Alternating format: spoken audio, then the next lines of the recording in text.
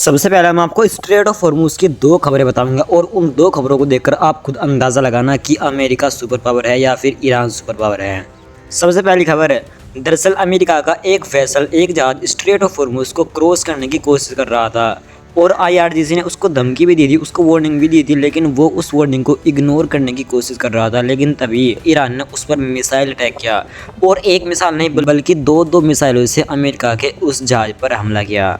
अब इसी तरह की दूसरी खबर भी देखिए, ईरान का एक सुपर टैंकर नहीं बल्कि एक सुपर टैंकर जो तकरीबन 220 मिलियन डॉलर का तेल अपने साथ ले जा रहा था, वो स्ट्रेट ऑफ हॉर्मुज़ को क्रॉस करते हुए अमेरिका की नाकाबंदी को तोड़ते हुए पार हो चुका और अमेरिका की नेवी अमेरिका की नाकाबंदी उसका कुछ नहीं उखाड़ सके। यानी यहाँ पर आप इन दोनों खबरों को अपने सामने रखिए और खुद अंदाज़ा लगाइए कि सुपर पावर अमेरिका है या ईरान।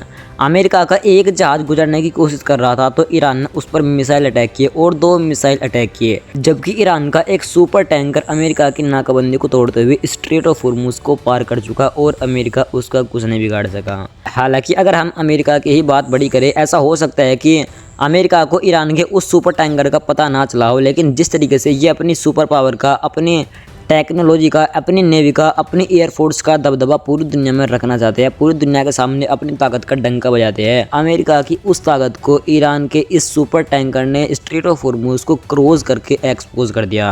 अमेरिका की हालत इस जंग से इतनी ख़राब हो चुकी है कि आप यकीन नहीं मानें कि वर्ल्ड वार 2 के बाद से अमेरिका के ऊपर पहली बार बहुत बड़ा लेवल का कर्जा हो चुका है। ये वही अमेरिका है जिसने ईरान के ऊपर इसलिए हमले शुरू किए थे कि बहुत जल्द ईरान घुटने टेक जाएगा, ईरान बहुत जल्द हार मान जाएगा। लेकिन हालत इतनी बुरी हुई है इस जंग के दौरान, वर्ल्ड वार 2 के बाद से अमेरिका के ऊपर पहली बार इतना बड़ा कर्ज हो चुका है। उधर अमेरिका के अंदर डोनाल्ड ट्रंप के ऊपर यकीन मानो बहुत प्रेशर बन रहा है और यही वजह है डोनाल्ड ट्रंप की पूरी दुनिया में इतनी ज़्यादा बेइज्जती होने के बावजूद भी अब तक ईरान के ऊपर डोनाल्ड ट्रंप ने हमले करने शुरू नहीं किए। दरअसल अमेरिकन डेमोक्रेट्स ने कहा कि अगर डोनाल्ड ट्रंप बिना कांग्रेस की इजाज़त बिना ईरान के ऊपर हमले शुरू करता है, ईरान के साथ इस युद्ध को फिर से शुरू करता है, तो हम डोनाल्ड ट्रंप के ऊपर केस कर देंगे। यानी यहाँ पर डोनाल्ड ट्रंप के ऊपर अंदरूनी तौर पर बहुत प्रेशर बन रहा है और यकीन मानना ये वही डोनाल्ड ट्रंप है जिसने ईरान के ऊपर हमले इसलिए भी शुरू किए थे ताकि ईरान के अंदर के रिजीम को गिरा दिया जाए। लेकिन आखिर में डोनाल्ड ट्रंप के साथ वो हुआ जिसका अंदाज़ा डोनाल्ड ट्रंप ने पहले लगाया भी ना होगा। खुद डोनाल्ड ट्रंप की कुर्सी फिलहाल खतरे में चली गई है। शायद डोनाल्ड ट्रंप भी कहीं ना कहीं एक बार को ये बात तो सोचते होंगे कि नेतन्याहू ने कहाँ फंसा दिया। वहीं ईरान की तस्नीम न्यूज़ एजेंसी का कहना है कि उसको एक सैन्य सूत्र ने बताया कि पहले अमेरिकी सेना ने ईरान के 6 स्पीड बोट को निशाना बनाने का झूठा दावा किया। उसके बाद ओमान की खासब से ईरान के तट की ओर जा रहे 2 छोटे नागरिक मालवाहक जहाज़ों पर हमला किया जिसमें 5 नागरिकों की मौत हो गई। यानी इस खबर से आप ये अंदाज़ा लगाइए कि अमेरिका नेवी अब तक ईरान के नेवी के साथ उलझ नहीं रही है, लेकिन 2 कमर्शियल जहाज, आम नागरिकों के जहाज जो जा रहे थे, अमेरिकी नेवी ने उन पर हमला किया जिसमें 5 लोगों की मौत हो गई। यहाँ पर भी अमेरिका ने आम कमर्शियल वेसल को निशाना बनाया। वहीं अमेरिका की इंटेलिजेंस ईरान के परमाणु को लेकर देखो क्या लिख रही है।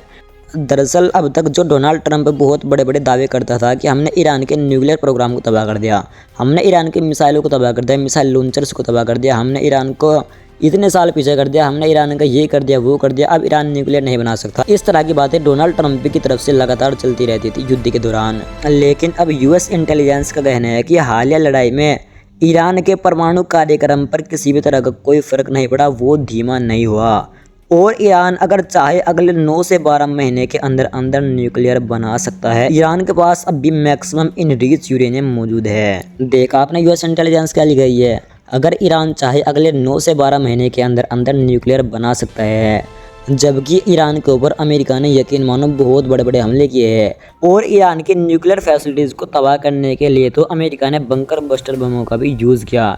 लेकिन उसके बावजूद भी अमेरिका की इंटेलिजेंस अब भी ईरान के न्यूक्लियर को लेकर वही डर जता रही है कि ईरान अगले 9 से 12 महीने के अंदर अंदर न्यूक्लियर बना सकता है। वहीं जो UAE के ऊपर ईरान की तरफ से हमला हुआ है, उस हमले को लेकर तमाम अरब कंट्री ने ईरान की निंदा की है। सऊदी अरब के क्राउन प्रिंस मोहम्मद बिन सलमान ने UAE के राष्ट्रपति के साथ फोन पर बातचीत के दौरान अबू धाबी की सुरक्षा और स्थिरता की रक्षा में सऊदी अरब के दृढ़ रुख की पुष्टि की।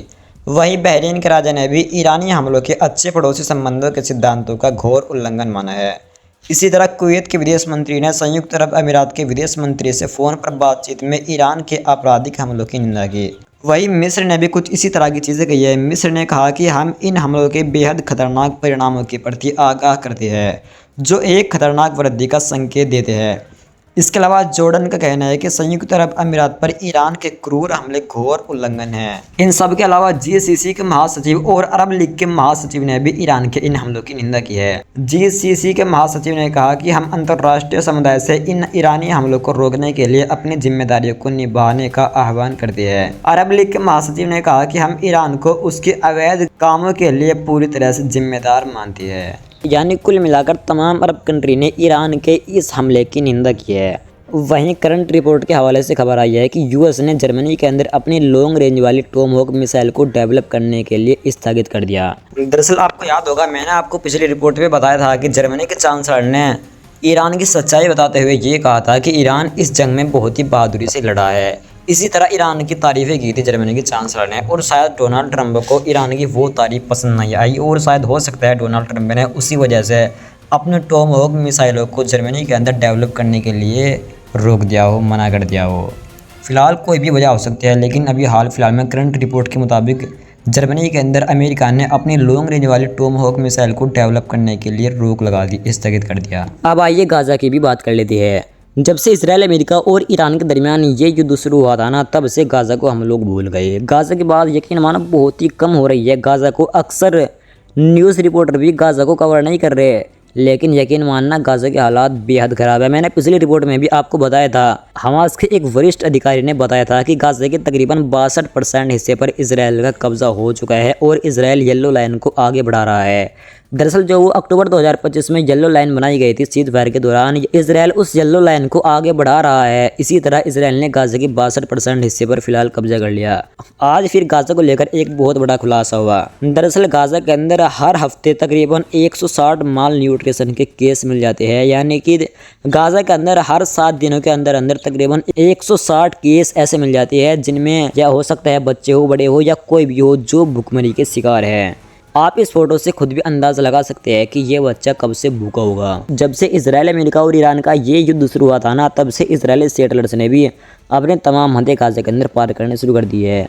गाज़ा के अंदर जो इनको करना है वो तमाम चीज़ें गाज़ा के अंदर ये लोग कर रही है, लेकिन ये सभी चीज़ें हमारी आंखों से ओझल है। ना ही हम सुनना चाहते और ना ही हम इन तमाम चीज़ों को देखना चाहते, क्योंकि अब हमारे पास वक्त ही नहीं है कि हम गाज़ा की खबर को सुन सके या गाज़ा की खबर सुनने के बाद गाज़ा के लोगों के लिए दुआ कर सके। फिलहाल इस रिपोर्ट में इतना ही। इंशाल्लाह फिर से किसी दूसरी वीडियो में आपके साथ हाजिर होऊंगा। तब तक के लिए आप चैनल को सब्सक्राइब करके जुड़ जाइए और हाँ, गाज़ा के लिए दुआ ज़रूर से कीजिए।